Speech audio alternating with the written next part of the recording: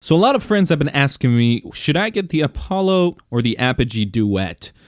While I have owned both, and I find that they're both wonderful pieces of gear, I did find some differences where one made me happier than the other for different purposes.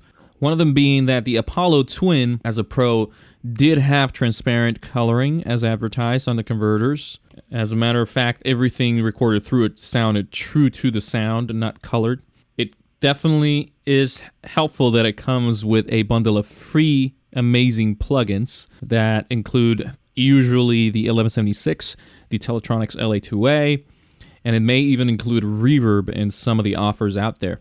The Apollo also has unique Unison preamp technology, which means that you can record through the plugins with zero latency. And this could be a Neve 1073, an API console, or any of the other legendary preamp series that they have. Another great thing about the Apollo is that it's connected through Thunderbolt, which means higher bandwidth and less buffer problem. As a matter of fact, any kind of problem diminished. I really didn't find any technical issues whatsoever, and I've already owned it for a year and a half. Their software is constantly updated and running great, and the plugins that run on this hardware are the best in the market. Excellent analog emulations. When we talk about tape machines, compressors, unique vintage compressors, guitar amplifiers, you name it, it runs on this and it sounds amazing. As for the cons, it is pricey. Definitely a lot pricier than the Apogee Duet 1 and 2 combined.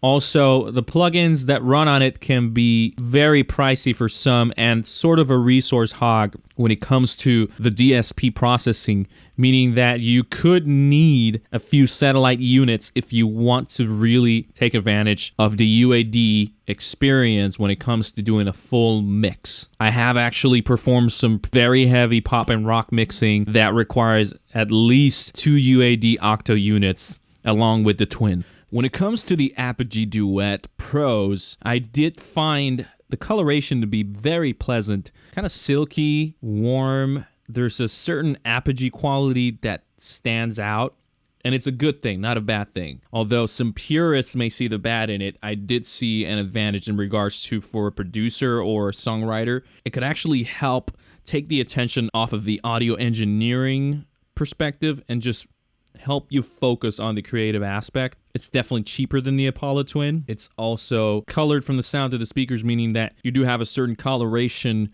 as you're recording the sound, but also a coloration that comes out when you're playing back your mix through the speakers. But even with this, I did find the bass reproduction to be very accurate. It's definitely not as transparent as the Universal Audio one, but it was something that I actually liked. It didn't bother me. As far as the headphones, that as well sounds like it has some sort of coloration. Whenever you run something through an Apogee, you know it sounds like Apogee.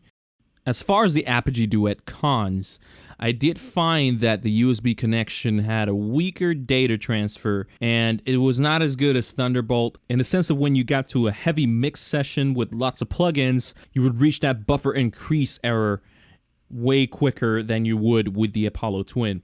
One other thing I noticed about the Apogee Duet was that whenever I plugged it in straight to the laptop, bus powered, meaning that I didn't have the power adapter plugged into the wall, it would most of the time have a buzz on the recording signal. Now I know how to troubleshoot these things. I made sure it wasn't the preamp. I made sure it wasn't the microphone, which was an SM7 at the time, so that didn't include a power supply, which could introduce that sort of issue.